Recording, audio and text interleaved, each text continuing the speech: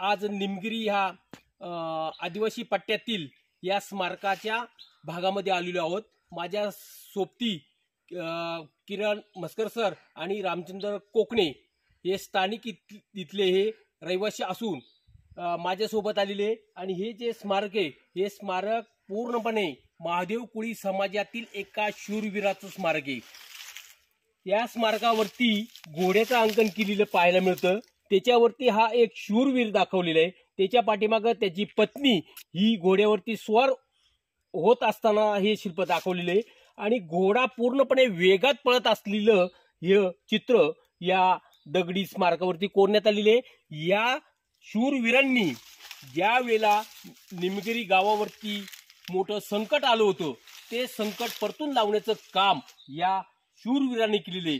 त्यांच्या घराण्यातील पिढीजात व्यक्तींनी हे स्मारक त्यांची स्मृती जागृत करण्यासाठी कोरण्यात आलेले।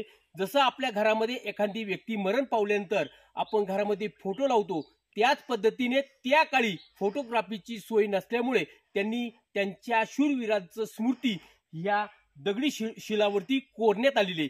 अशा पद्धतीचं ही स्मारक ही सर्व महादेव कुळी समाजाची असून ही कमी 42 दाखवण्यात आलेली। याच्यामध्ये कोणत्याही प्रकारचं विरगळ नाही किंवा सतीशिला नाही। या संपूर्ण दिसते हे संपूर्ण स्मारकाची एक रांग 42 कोरण्यात आलेली। याच्यावरून असा अंदाज कळतो की महादेव कुळी समाज हा त्या टायमाला किती जागृत होता। आपल्या परिसरातील संकटाला तोंड देण्यासाठी त्यांनी आपली प्राणाची आहुती केलेली आहे।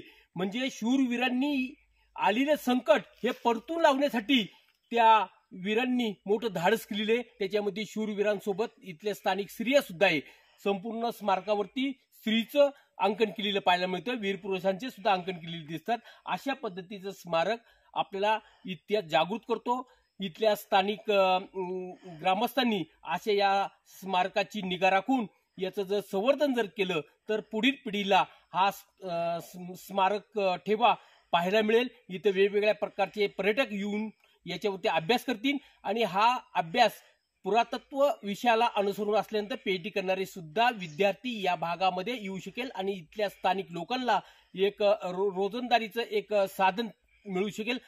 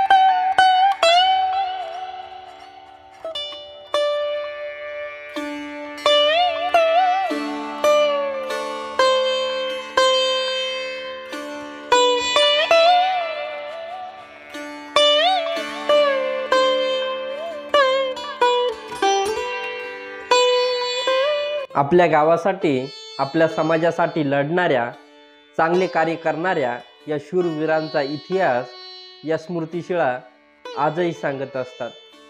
काही स्मृतिशिळांवर या वीरांची नावे कोरण्यात आली होती, मात्र काळाच्या ओघात ती नावे पुसली गेली आहेत. इतिहासाच्या मुख साक्षीदार असणाऱ्या या शिल्पांचे जतन व संवर्धन करणं ही काळाची गरज आहे. अशा या अज्ञात शूरवीरांना सह्याद्रीचा किरण टीमच्या वतीने विनम्र अभिवादन.